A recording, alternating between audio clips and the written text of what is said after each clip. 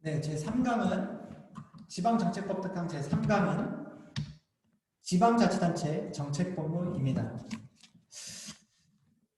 이번 강에서는 결국 정책본무라는 것이 무엇이냐라는 것을 논의하는 것으로서 저의 전체 강의 중에 이론적인 것을 다루는 가장 처음이자 마지막 강연이 될 것입니다. 결국 정책본무의 개관에 대해서 좀 살펴보는 장이 될 것이고요. 그것을 통해서 이 생소한 용어에 대해서 좀 더 가까이 다가서는 역할을 하게 되지 않을까 생각하고 있습니다. 일단은 정책본무라는 용어 자체는 그냥 일본의 것입니다. 자치제 정책본무에서 나오는 그 정책본무를 의미하는 것이고, 그것을 그래서 저는 의역하지 않고 그대로 그냥 정책본무로 표현하고 있고, 이것을 통해서 그냥 용어적이고 개념적인 이해를 도모하고자 노력하고 있습니다. 또 오늘 강의는 어떤 지방자치단체의 정책본무에 대해서 좀 살펴보는 것에 있어서 일본의 제도적인 어떤 맥락들을 쭉 이어서 살펴보는 데에 더 집중할 것입니다. 그래서 배경 지식을 더 많이 제공하고, 그리고 그 안에서의 개념적인 것을 좀 더 제시해서 그것을 통해서 일본에서의 정책본무의 흐름과 역할들이 어떻게 좀 논의되어 왔는가, 그것들을 좀 구체화하는 데에 이 챕터를 좀 활용하고자 합니다. 여기서 좀 간단히 좀 한번 설명을 드리고 싶었던 것이 독일의 음악 교육의 어떤 특징이라고 하는 것인데요. 독일의 음악 교육은 세 가지로 요약이 된다고 합니다. 어떤 제가 TV 프로그램에서, 어떤 다큐멘터리 프로그램에서 봤던 것인데요. 첫 번째는 호기심이 많고 새로운 것을 두려워하지 않는다. 그리고 두 번째로 스스로 상상하며 끊임없이 노력한다. 세 번째가 직관적으로 대답하고 격려하고 스스로 노력한다. 저는 이 정책본무라는 용어 자체가 일본의 것이기도 하고 또 우리나라에는 극히 일부로 소개되고 있는 용어이기도 해서 사실 학문적으로도 그리고 어떤 현실에서도 그렇게 많이 작동되지 않는 어떤 이론이라고 좀 보여질 수도 있는 부분이 있는데 제가 여기에 계속해서 좀 집중을 하려고 하는 이유는 바로 이런 것인 것 같습니다. 호기심이고, 그리고 이것이 자치분권이라는 것을 이야기함에 있어서 직관적으로 대답하고, 그것이 주민을 위한 것이냐, 주민을 위해서 그 자치분권이 필요한 것이냐라고 물어볼 때 직관적으로 대답할 수 있는 것을 찾기 위해서는 이 정책본무라는 것이 필요했다라는 것을 강조해 드리고 싶습니다. 결국 그것이 우리에게 어떤 의미로 다가올지는 이 강의가 끝난 이후에, 이 강연이 끝난 이후에 우리가 함께 판단해 볼 수 있었으면 좋겠습니다. 정책본무는 결국 정책과 법무라는 것의 합성어라고 할 수 있습니다. 정책은 사전적으로 결정사항을 안내하고 합리적인 결과를 수행할 수 있게 하는 원칙이나 규율, 정치나 정무를 시행하는 방침 등의 의미를 지니고 있고, 실무적으로는 절차나 방법, 계획을 정리한 서면의 작성을 가리키는 용어로 활용되고 있습니다. 법무는 법률에 관한 사무를 통칭하는 용어로 일종의 법률 서비스에 따라 조직화되는 특징을 지니고 있습니다. 예컨대 재판제도에서의 법무는 철저히 전문화, 계층화되어 있기 때문에 법무에 대한 부분이 명백히 인정되고 확립될 수 있습니다. 하지만 그 하위의 분야에서 법무의 외관, 환경은 직업상의 구분만으로 명확해질 수 있는 것이 아닙니다. 예컨대 각 공문서를 생산하고 컴플레인을 처리하는 어떤 관리직 직원, 우리가 그런 시청이나 어떤 주민센터에서 만나는 그 하위직 공무원이 하는 일, 그리고 쓰레기 투기 현장을 관리하는 어떤 단속하는 공무원들을 우리가 다 전부 법률가라고 말하지는 않습니다. 그들을 우리가 법률가라고 부르지 않습니다. 하지만 그들이 하는 일은 사실 법률에 의해서, 그리고 일상적으로 처리하고 있는 일종의 법무로 인해서 분명히 상당한 수준의 법적 지식과 법적 판단 능력이 요구되고 있을 것입니다. 결국 정책과 법무에 대한 사전적 의미에 따르면 일본의 이 정책 법무가 의미하는 정책 법무라는 것은 지방 행정 환경에서 결코 별개의 사무로 분리될 수 없는 정책과 법무의 외관을 결합하는 시도다라고 정리해 볼 수 있을 것이고, 즉 정책 법무는 지방자치단체의 공무원들이 법무를 처리하고 있음을 인지하지 못하고 또 정책의 형성 집행에 수동적 반복적으로 참여하는 것에 대한 비판, 그러한 것을 비판적으로 스스로 성찰하는 과정에서 어떤 실천적 함의를 가지는 것, 그것의 실천적 함의를 발견해 나가는 과정에서 나타난 것이 이 정책 법무라고 할 수 있겠습니다. 그렇다면 이 정책 법무라는 것이 결국 정책과 법무의 외관을 결합하는 시도라고 한다면 기존에 우리나라에 많이 알려져 있는 학문인 정책학, 법정책학이라는 것과 구분해 살펴볼 필요가 있을 것입니다. 법정책학이라는 것은 법 형상을 정책 과정의 하나로 파악하여 유사하다고 할 수 유사할 수 있기 때문입니다. 법정책학은 법 현상을 정책 과정의 하나로 파악하고 또 연구하고 있습니다. 그리고 법을 정책의 실현 수단으로 보고 법률에 적용 해석하는 것을 논의하고 있다는 점에서 사실 정책 법무랑 좀 유사한 면이 있을 수 있겠다 생각이 듭니다. 하지만 법정책학과 정책법무는 법과 법무가 의미하는 개념적, 내용적 범위로 인해 큰 차이를 보이는데, 예컨대 현장 행정에서 정책법무는 법무 수행에 필요한 공무원의 인식과 태도, 업무 능력, 그리고 행정 절차 등을 모두 관심의 대상으로 하지만 각 단계별로 실체적인 개선 방안을 또 제시하려고도 합니다. 하지만 법정책학이 의미를 갖는 것은 위의 어떤 일련의 과정들을 현장 행정의 제도적 문제로 파악해서 그 제도 전체에 대한 입법론을 제시하는 데 집중하고 그것을 형상으로, 하나의 만들어진 형상으로 파악해서 그 자체, 제도의 변화 자체를 추구하는 데에 중점을 두고 있다는 측면에서 크게 차이가 납니다. 하지만 사실 이렇게 좀 살펴본다고 해도 정책 법무에 대한 규범적 배경하에서의 개념화는 본질에 대한 아직도 많은 여백을 남기고 있다 할 것이고 또 매우 불분명한 의미를 지니고 있는 것이라고 할 수 있겠습니다. 법학적인 용어로서 정책 법무라는 것을 사용하기 위해서는 어떤 역사적인 배경하에서 구체적인 개념적 의의를 확인할 수 있어야 되는데, 이 정책 법무라는 것이 등장한 것은 아까 지난 강의에서도 좀 간단히 말씀을 드렸었지만 2000년대 초반이 사실 제일 초기라고 할 수 있습니다. 그래서 사실 그 용어의 역사 자체도 굉장히 짧고 여전히 일본에서도 변화와 발전을 거듭하고 있는 용어다라고 볼 수 있기 때문에 법률 용어로서 이것을 사용할 수 있을까에 대해서는 아직도 계속해서 조금 더 논의를 이어가 봐야 할 것 같습니다.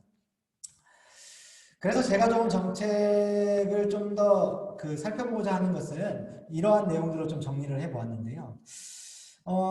일본에서도 정책 법무라는 용어 자체가 좀 법률 용어로 완전히 사용되고 있다, 혹은 일반적으로 확정된 용례이다 할 수 없기 때문에, 하지만 다만 그 정책 법무라는 용어를 사용했던 그 학자들의 경위들을 조금 살펴보면 그것에 조금 한 걸음 더 다가갈 수 있지 않을까, 그 의미와 의도를 파악해 볼 수 있지 않을까 하는 내용으로 정리된 내용입니다.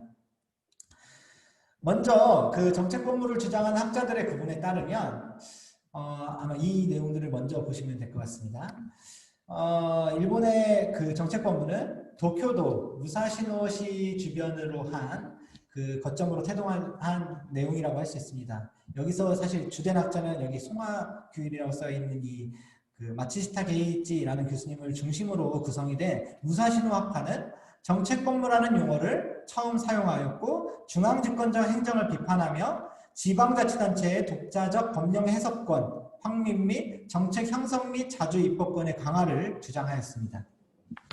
같은 시기에 키사시게오라는 이 교수님은 이렇게 답변을 했는데요.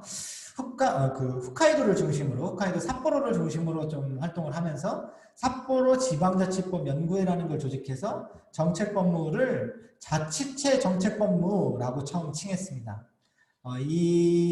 이런 측면에서 봤을 때는 무사시노학파의 기본적인 문제의식을 그 삿포로에서도 어떤 공유하고 있었지만 그 주된 연구의 대상을 지방자치단체로 완전히 옮겨버렸다라는 측면에서 의미를 갖는 것이고, 이들은 전국적으로 이 정책 법무라는 걸 확산시키는데 매우 크게 기여하였고, 여전히 오늘 2020년이 된 지금까지도 자치체 법무 합동연구회라는 걸 조직해서 활동하고 있습니다. 이 정책 법무의 정의에 관해서 간단히 살펴보면, 아까 요 앞에 있던 앞장의 슬라이드는 사실 이 내용들을 조금 더 구체화해서 설명드리기 위한 장인데, 이것들에 대해서는 이따가 좀 시간적인 여유가 되면 다시 설명을 드리도록 하겠습니다. 정책 법무로의 어떤 관심 영역을 이 각각의 학자들의 주장한 개념 정의에 따라서 한번 구분을 해본 것입니다. 다시 좀 보면 정책 법무로자들의 어떤 관심 영역에 따라서 정책 법무가 다소 다르게 정의되고 있음을 파악해 볼 수 있는데요. 먼저 맨 처음에 있는 후쿠시 아키라 교수님의 정책 법무는 그 국법 체계화의 조정을 도모하면서 지방자치단체의 정책을 가장 바람직한 법제도로서 설계하는 작업이라고 정의하고 있습니다. 그 다음으로 그 이소자키 후츠이토 교수님은 정책 법무는 법을 정책의 실현 수단으로 보아 법무 역시 정책 실현의 중요한 과정으로 보고 법과 정책을 결합시키려 하는 것이다 라고 정의하고 있습니다. 아까 종전에도 잠깐 설명을 드렸지만 마츠시타 게이지 교수님은 지방자치단체, 국가, 국제기구의 모든 정부 단위를 포함하여 널리 정책관계의 법리화라고 하는 입법 내지 법 운용의 전환을 의미한다고 하였고, 그리고 다음으로는 스기야마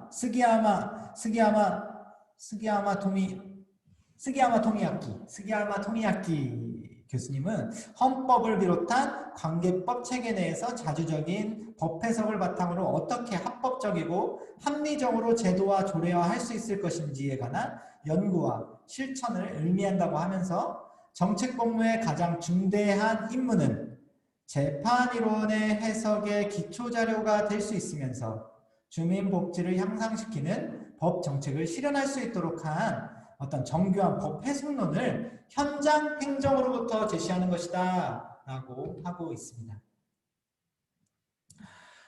마지막으로 이제 좀 두 분의 분들도 이제 좀 중요한 분들이 좀 있었는데, 그리고 그 키사시게오와 타나카 교수님의 이 정의에 따르면 법 체계를 바탕으로 한 지역의 행정 요구에 입각한 자주적인 법무 시스템을 적극적으로 설계하고 운용하는 것을 의미한다라고 하고 있습니다.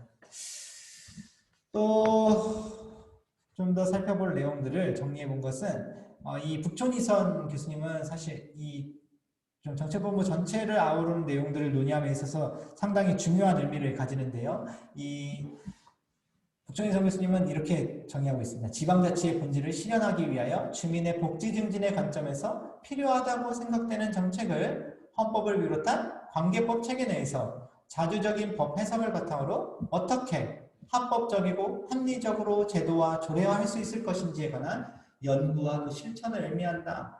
바로 제가 이 북촌이선 교수님의 정의에 따라서 사실 많은 것들을 정리해 오고 있고, 이 정책 법무에 가는 것들을 많이 체계화하고 있어서 그의 정의는 아까 1, 2강을 들으신 분들이라면 어디서 들어본 말인데 하는 생각을 하실 수도 있을 것 같습니다.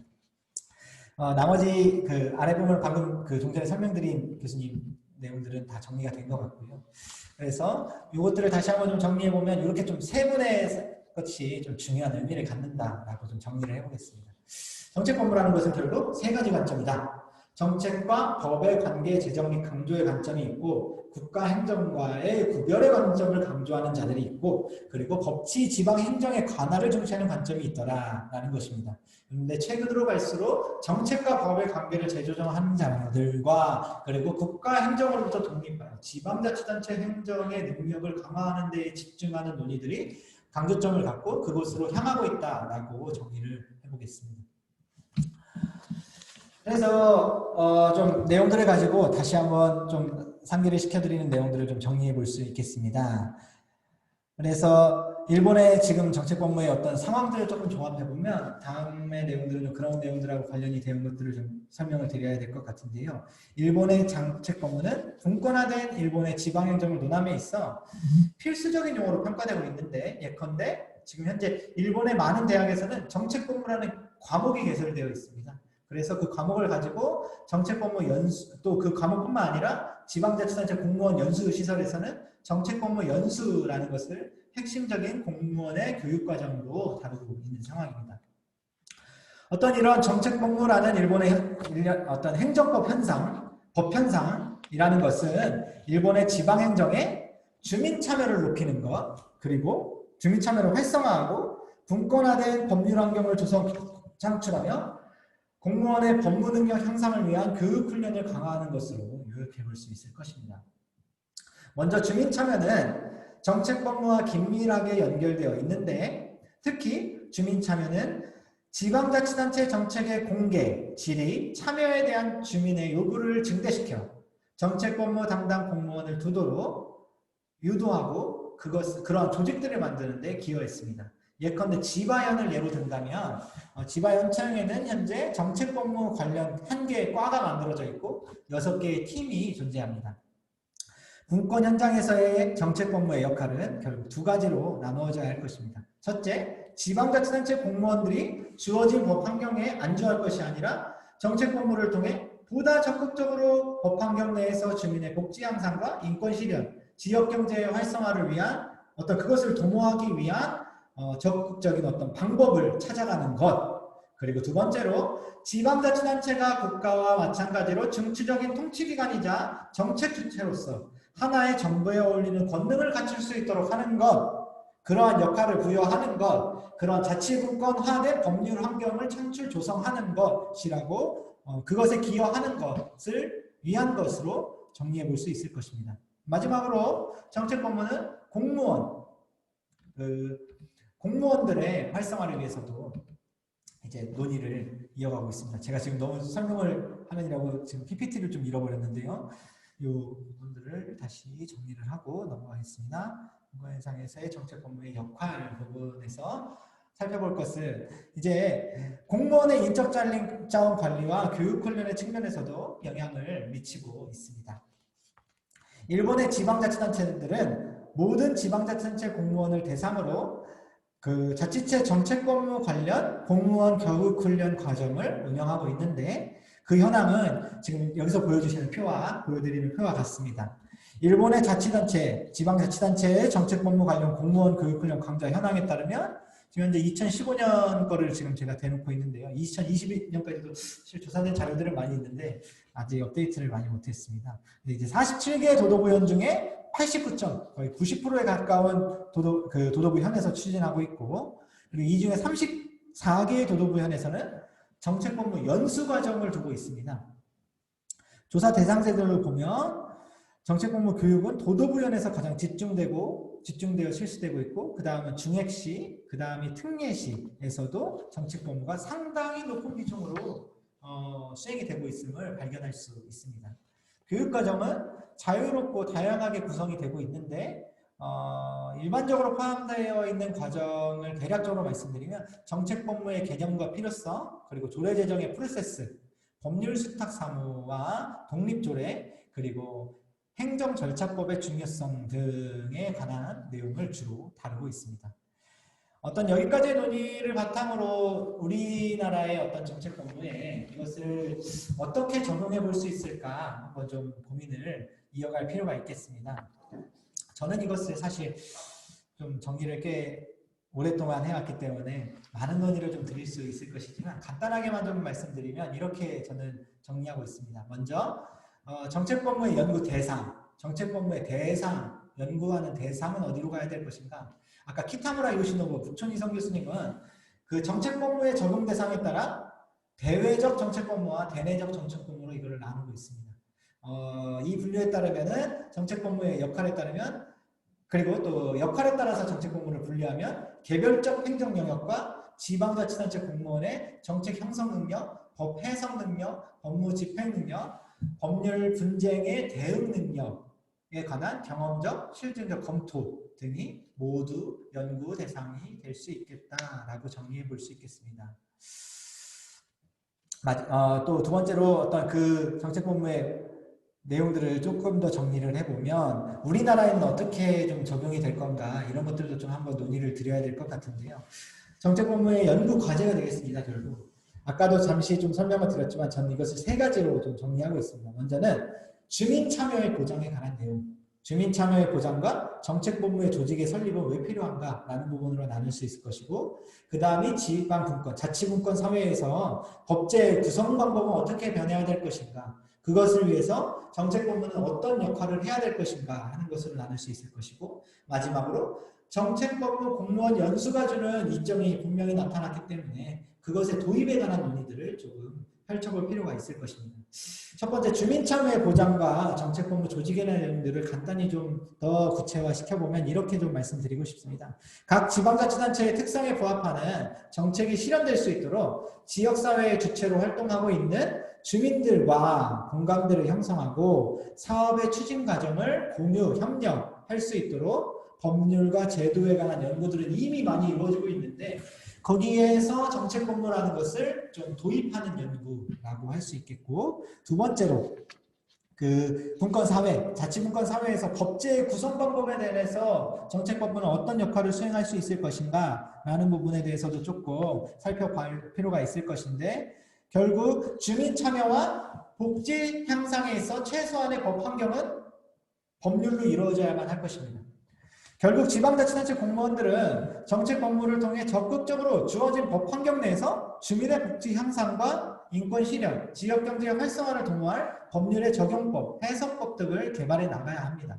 두 번째로 또 지방일괄법의 시행 이후에 어떤 정책 법무는 지방자치단체가 정책 주체로서 일본의 지방분권을 말합니다. 하나의 어떤 정부에 어울리는 권능을 실현할 수 있는 권능, 어떤 능력을 강화하는 데 초점을 두고 있었는데 그것을 지원하는 역할을 하는 것이 정책본부였습니다.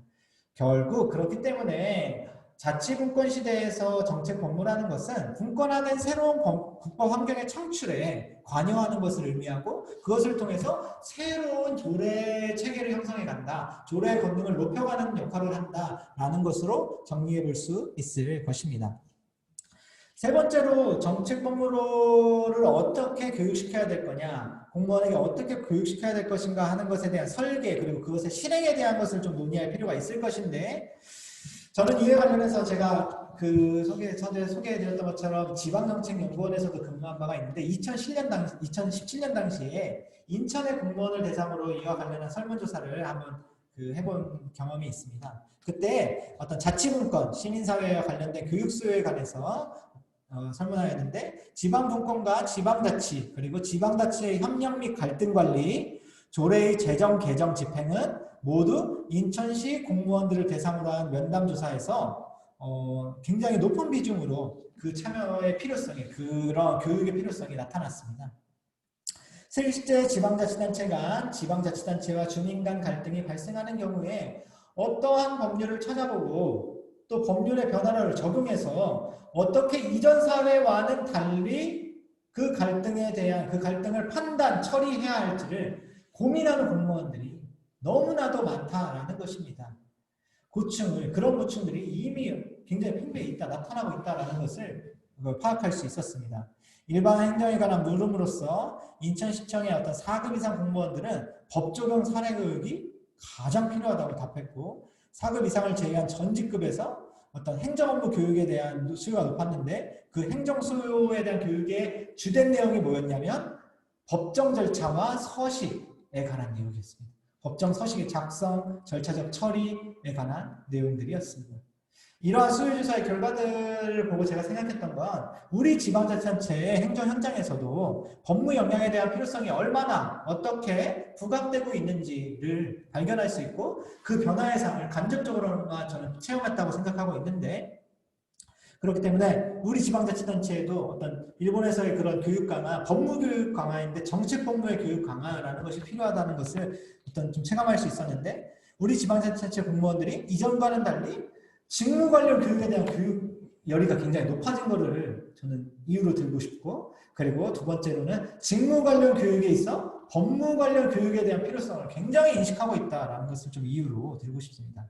이것은 우리나라에서만 일어난 것이 아니라 일본의 지방분권 과정에서도 나타난 예입니다. 2000년대에 그 지방분권 일가법이 시행된 이후에 정책본부는 현장으로부터 지방분권의 실현이라는 캐치프레이즈를 가지고 있었습니다.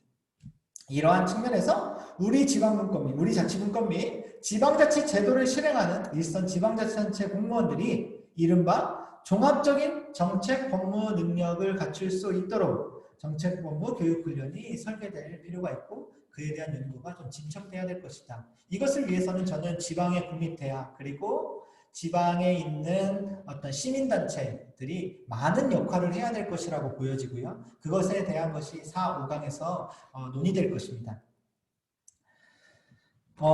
여기까지 정책 법무에 대한 이론적인 맥락들을 좀 살펴보았습니다. 두서없이 그리고 많은 내용들을 빠른 시간 안에 정리하느니라고 좀 정리가 안 되는 부분들도 많이 있었는데 1, 2, 3강을 쭉 시청하시면서 보신 분들에게는 어느 정도 그 흐름과 맥락들이 충분히 공감대를 형성하고 있을 것이라고 좀 생각이 됩니다. 이후의 강의에서는 계속 예고해드린 것처럼 이러한 정책 법무가 우리의 자치분권 현장에 어떻게 적용되고 실제 할 수 있을까? 그리고 그것을 위해서 우리의 주민들과 우리 지역의 시민단체 그리고 국립대학 등을 비롯한 공공기관들은 어떠한 공공기관, 여기서 공공기관은 교육기관을 말하겠습니다. 그러한 기관들은 어떠한 역할을 할 수 있을까를 좀 논의하는 것으로 다음 강의들을 이어갈 수 있도록 하겠습니다. 제 3강이죠. 3강은 이것으로 마치겠습니다.